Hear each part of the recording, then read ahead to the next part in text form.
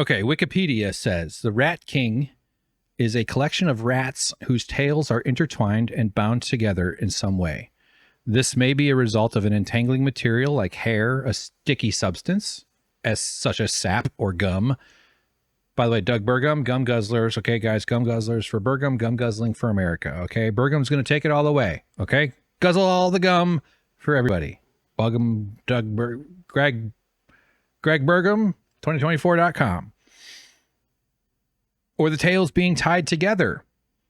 A similar phenomenon with squirrels has been observed, which has had modern documented examples. All right, so this is pretty gross stuff if you're listening to this. Oh my God, look at how horrifying that is. It's like their tails are all tied up and they're a circle. That'd be the, like I said, world's worst clock. That's a rat king found in 1895 in Delfield, Germany. So the thing I'll read a little bit more of this, but the thing that I think about when I think of rat kings, because I'd heard about this for some time. It's been in my brain for a while. This is ruling class solidarity. This is Chuck Schumer having his kid working for Facebook. Nancy Pelosi's kid is a big one of those too. All these people, and not just the Democrats. Example, there's another one. There's another rat king. That looks like they could have untangled that one. Come on, give me a break. Maybe they dissolved the gum. So there's some rat king images. Oh God, it's in a jar. Sorry, this all time. Okay, there's only 4 of them. This is ruling class solidarity. They're all intertwined. The churn of corruption is America is this giant currency engine. We convert stress into currency. Not capitalism is that. We convert stress into currency. We sustain a culture of division and false scarcity in order to make people feel stress that they can only alleviate by working and consuming. And those are the 2 ways that you can generate currency. Via the technology, the magic transmogrification of time into money, value, which we store as money because you can make a pile of money, and that's how your boss stores your value and then takes it somewhere else and then uses it for something else later on. It's an abstract concept. I do hope someday for a world without money, but in your lifetime and mine and that of your children and your children's children, because they're going to be, well, eventually sauce packets will become the currency, localized currencies for the cannibalistic cults that are going to fill the void after warlordism fills the void after America crumbles into balkanized regional powers based around where fresh water can be found. That's the next 200 years. But the ruling class, the monsters that run the show, the Mitch McConnells, the Dianne Feinsteins, all the billionaires, even those on the left, which is very few, but all the wealthy billionaires, all the bootlicking fucking morons that think that success, that this is a real meritocracy, that it's not just this gigantic rigged scam. All of them, but especially those that are feeding off of the churn. So all of this converts stress into currency, and that currency is a big bubbling pot, and it's bubbling up and it's churning. And there's this money just flying through. And there's a lot of people at the layer below, or just below, a couple layers below the 0.01 percenters. And, those who aspire, who swallow the narrative that it's, the only source of security is accessing giant piles of wealth. Because that's the one way that you can access the benefits of community, is you can pay for it. Instead of a healthy, dynamic, democracy-based, collective group effort, which humans do so well, like what Rob Schneider was referring to when we go save our friends with our boats, or not even our friends, our strangers and neighbors and anybody who needs help. None of that. That is the kind of stuff that is threatening to the boss. It's just that it's permissible during emergencies because the capitalist forces have abandoned those communities as soon as anything became risky. It's bad business to stick around and help people. Anyway, that's a side point. It's back to the Rob Schneider portion of this podcast.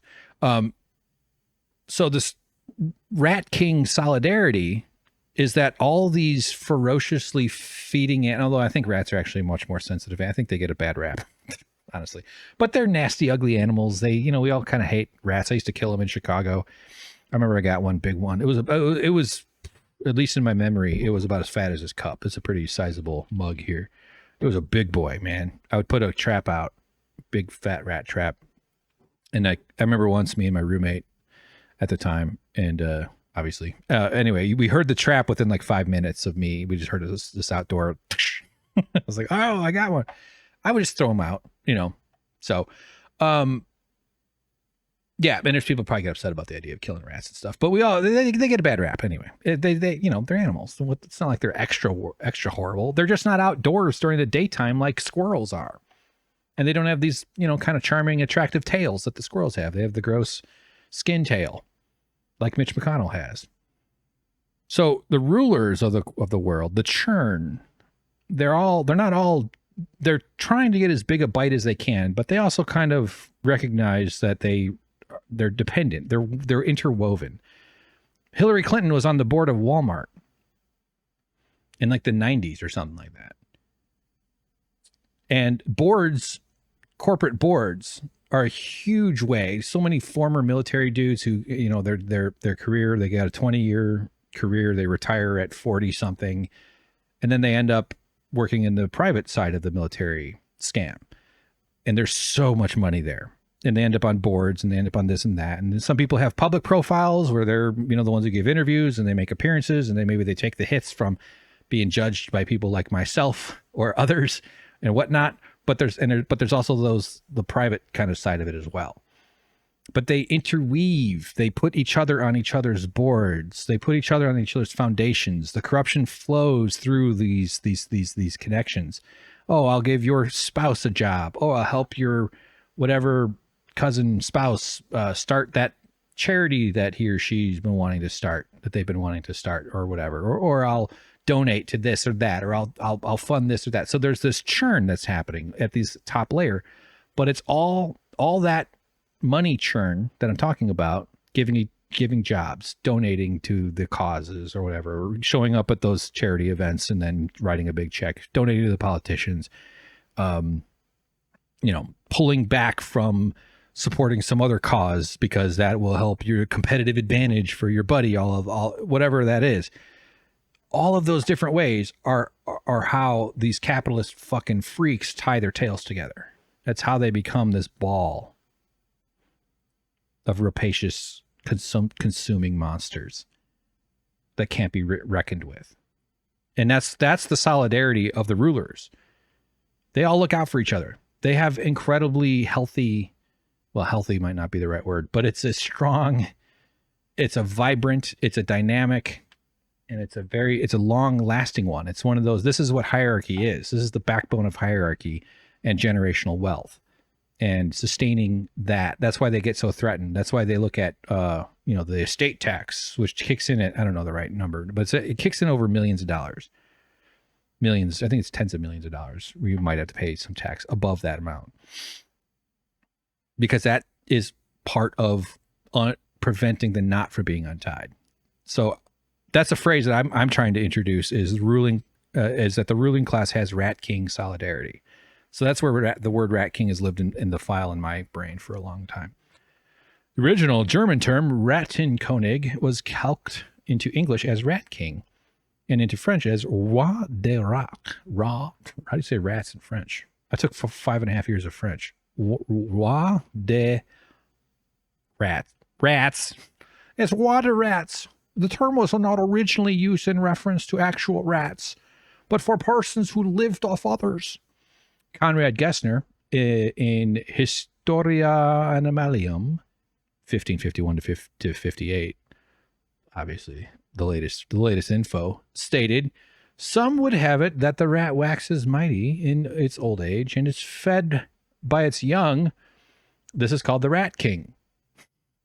Martin Luther stated, finally, there is the Pope, the King of Rats, right at the top. Okay, so he called the Pope the King of Rats. See? He was talking about the ruling class. He was talking about the guy at the top of that. But they're a collective, is what I'm saying. They have solidarity. They look out for each other, and they interweave via lawyers and accountants and the people who file the paperwork for within these capitalist governments. Later, the term referred to a king sitting on a throne of knotted tails. Excellence. The rat certainly occupies a storied role in so many different elements of lore, especially Europeans, where we've lived in squalor and horrible destitution because it's the most rotten fucking people that ever exist on the planet. If you said, "Hey Hank, how are you going to kill? You got to kill a planet. You're going to give you less than 1,000 years. Do you think you can destroy a planet?" I would say, let's spread European beliefs. Let's, especially from the rulers of those fucking those rotten ass cultures. There's plenty of beautiful people and beautiful stuff in those cultures, but they're gonna make the planet uninhabitable for humans in less than 1,000 years, thanks to the rapacious appetites of the capitalist fervor that's sourced from Europeans. They did it to their own citizens first, and now the Rat King has reached the entropic limit of a planet. We can't just outgas it into the nether regions anymore. There are no more nether regions. Pollution is not that much of a problem if you're only punishing other people. Now it's everybody. It's a closed system. Now we're still receiving inputs. I mean, the ultimate closed system is the universe itself, I suppose, but maybe even not. Who knows? But the sun is feeding Earth energy, so we're not. But as far as our pollution regime goes, it's closed. We can't ship it off the Earth the way we could formerly. Just make sure that the poor people are poisoned. Now it's everybody because of CO2 and plastic and all the other stuff. Why am I going on? An alternative theory states that the name in French was roue de rat, or a spinning wheel of rats, the knotted tails being wheel spokes. Boy, that's to be a good Rocket League tire. With the term transforming over time into roi de rat, which is roi, R-O-I, is king. Because formerly French oi was pronounced oui, or similar. Nowadays it is pronounced wa. Oui, French oui is O-U-I, but it's O-I here on the screen. Oh man, so many words. I want to read about squirrel kings. Let's just do it though.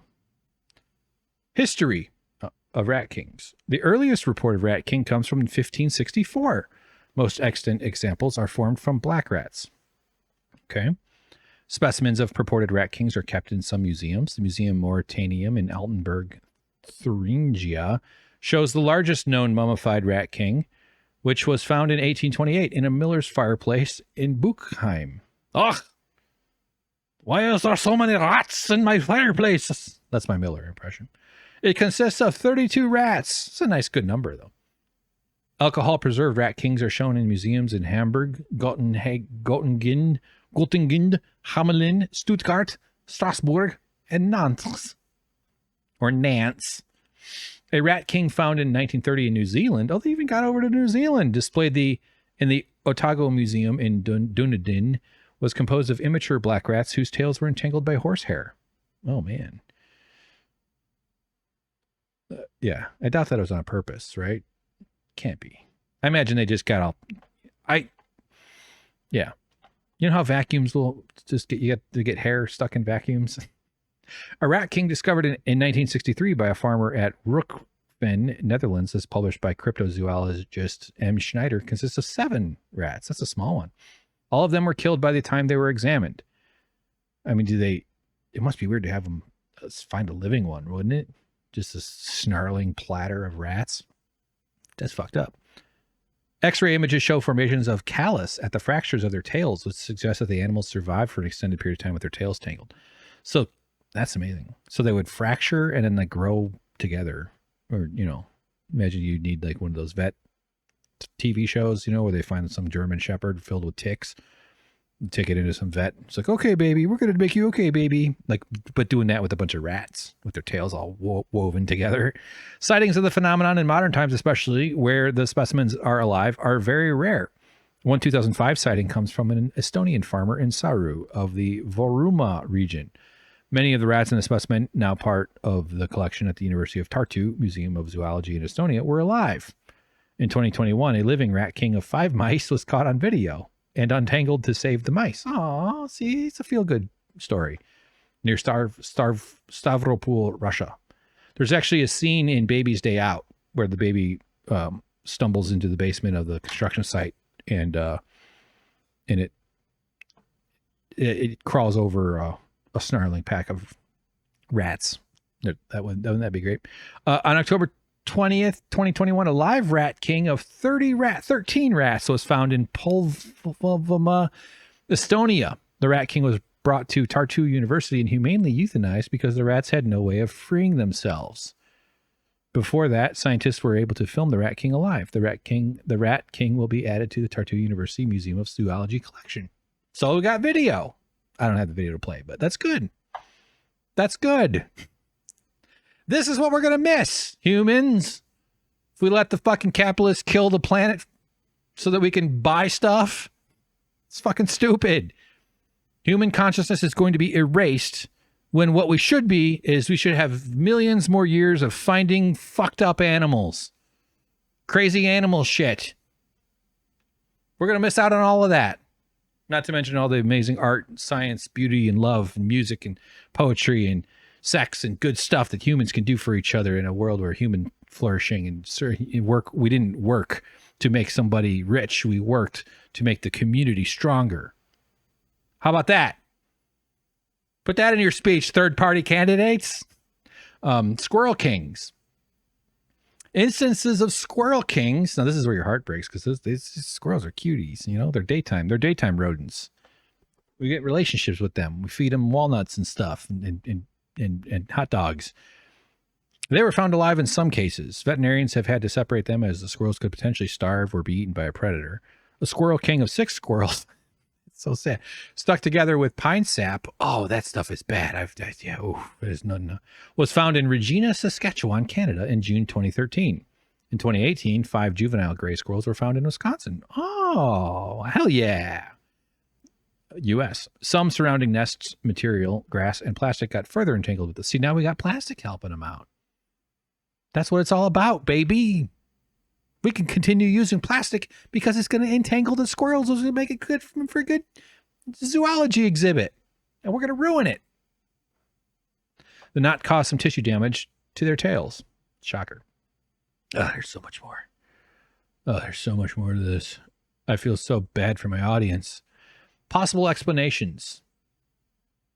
Okay, we gotta do it. Rat kings have been, let me go bigger. Let's go bigger. All right.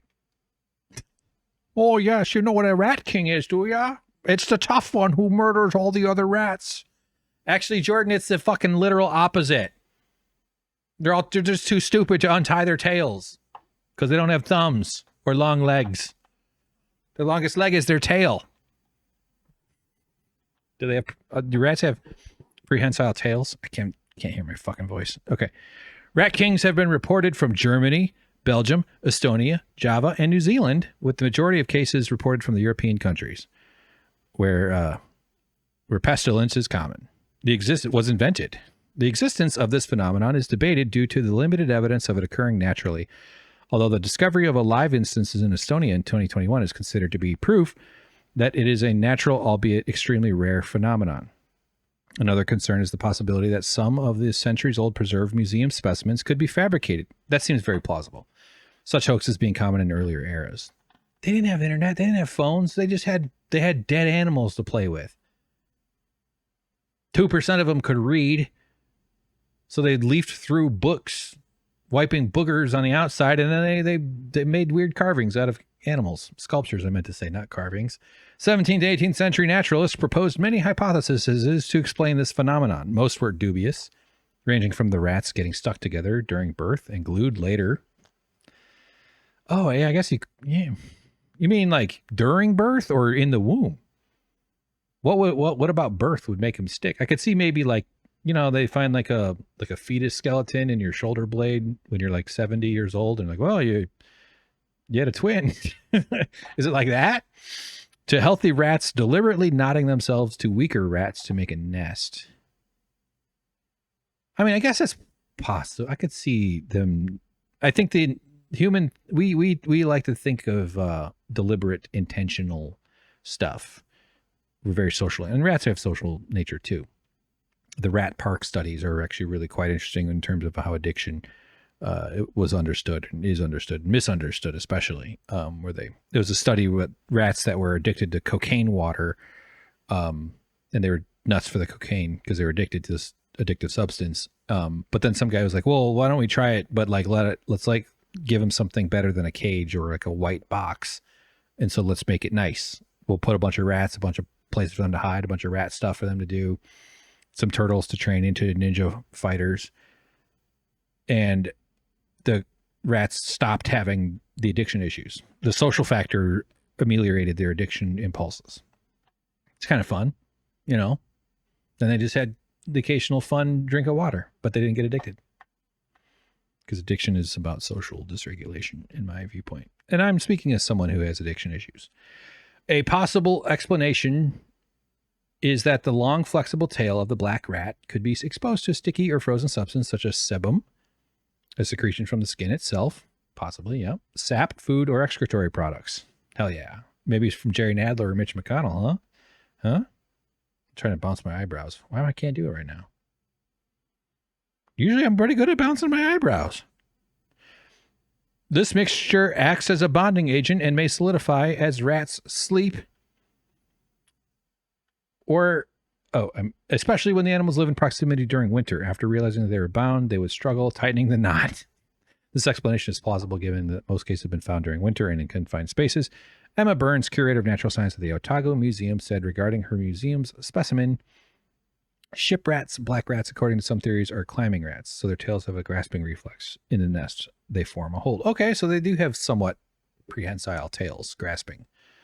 That's interesting. Some zoologists remain skeptical, saying that while theoretically possible, the rats would not be able to survive in such a condition for a long time. Yeah, I think it'd be like one of those like giant nest things, and there's just enough other rat activity around them that leaves them with some. They have to have enough food to sustain it for a while too, particularly if the temperatures rose or if they bit their own or another's tail to try to free themselves. Since black rats cluster together during winters for warmth, it could be possible for a rat king to be naturally occurring. Any fabrications would most likely have been created using dead rats, given how difficult the process would be if the rats were alive. God damn it, hold still! Fucking rats! Trying to build you into a rat king, you goddamn rat serfs! Fuck! Oh, shit! Got away. Dang, you had a good tail on that one, too. Chewing on, like, weird bark to create, like, sticky goo. Fuck! Alright, here we go again! It's like trying to tie two giant egg rolls together. Any fabrication will most likely have been created using... Okay, dead rats isolated. However, experts support the idea of isolated freak accidents due to the existence of occasional well-observed cases involving squirrels. I like how that helps kind of buttress the arguments about the rats, too. It's like, well, they're both rodents, also members of the rodent family, it says right there. That is true. That tracks. Logically, that adds to my probability calculations. A 2007 study published in the Proceedings of the Estonian Academy of Science, Biology, and Ecology, my favorite magazine, following the finding of the University of Tartu specimen, concluded that the phenomenon is possible but rare. Just think in terms of sheer numbers, too. I mean, aren't rats, isn't that the whole thing? They're like rabbits. They like breed really fast and they have huge litters and they grow really fast and they survive anything and they live like shit. They get diabetes. They're like Americans. But they, you know, like it just seems plausible that that's something that would eventually emerge in this way and then be found. There's probably rat kings out there that no one ever noticed. You know, those are the sad ones. I'm not going to read the rest of this, but there's some culture here. This is actually the interesting stuff. Oh, God damn it. This is so interesting. Oh, maybe we'll do another segment on that if there's enough outcry. So, all right. I'm getting emails there. Cool. So that's the show, guys. I kind of want to play the I almost called him Kurt Vonnegut. That's fucked up. Jordan Peterson thing one more time, but you can go back and find it in the video on YouTube. That's cool. And I'm going to put it up separately, so maybe I'll put that link in the description if I remember.